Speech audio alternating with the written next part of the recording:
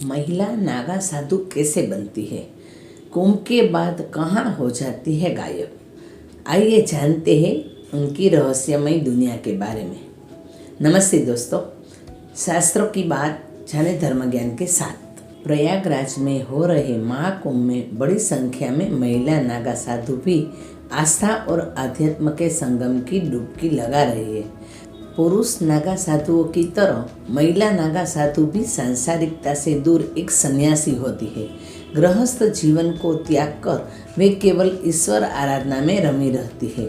इनके लिए रिश्ते, नाते, मोह, माया, पैसा, संपत्ति का कोई अर्थ नहीं होता। वे तो केवल भगवान के ध्यान में अपना पूरा जीवन गुजार देती है। किसी भी महिला के नागा साधु बनने की प्रक्रिया बड़ी कठिन होती है। इसके लिए वही महिलाएं पात्र होती है जो अपने गृहस्थ जीवन की जिम्मेदारियों को पूरा कर चुकी हो या जिन्होंने गृहस्थी बसा ही न हो। कई मामलों में गृहस्थी त्याग चुकी महिलाओं को भी नागा साधु बनने की दीक्षा दी जाती है। इसके लिए उन्हें 10 से 15 सालों तक ब्रह्मचर्य के कठिन व्रत का पालन करना पड़ता है। महिलाओं को अपने गुरु और अखाड़े के पंचों को भरोसा दिलाना पड़ता है कि वे स्वयं को ईश्वर आराधना में समर्पित कर चुकी है। जब पंचों को यह भरोसा हो जाता है कि वह अब गृहस्थ जीवन में दोबारा नहीं लौटेगी, तो उसे नागा साधु बनाने की स्वीकृति दी जाती है। इसके तहत कुंभ के दौरान महिला साधुओं को अपने बाल मुंडवाकर स्वयं का पिंडदान करना पड़ता है। फिर उन्हें पवित्र नदी में स्नान कर प्रभु की स्तुति करवाई जाती है। सन्यासी से नागा साधु बनने की इस प्रक्रिया में करीब 10 से 15 साल का वक्त लग जाता है। महिलाओं के नागा साधु बनने के बाद बाकी साधु साध्वी उन्हें माई, माता, अवधूतानी या नागिन कहकर पुकारते हैं। उनका दर्जा बाकी सब सन्यासियों से ऊंचा होता है और उन्हें आश्रम व आम लोगों में बड़ी प्रतिष्ठा हासिल होती है। दीक्षा के बाद महिला नागा साधुओं को नया नाम भी मिलता है। नागा साधु बनने के बाद महिलाएं प्रतिदिन कठोर साधना करती है। वे ब्रह्म मुहूर्त में उठकर भगवान शिव का जप करती है और शाम में दत्तात्रेय भगवान की पूजा करती है।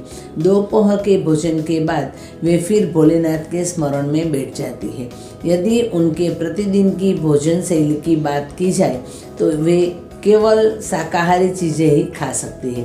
इनमें कंदमूल, फल, फूल, पत्तियाँ और जड़ी बूटी शामिल है। वे किसी भी तरह का तामसिक या चिकनाई तला भुना भोजन नहीं कर सकती।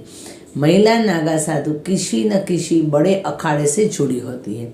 हालांकि उनके रहने के अपने अलग आश्रम होते हैं जहां पर वे बाकी महिला साधियों के साथ जीवन व्यतीत करते हैं।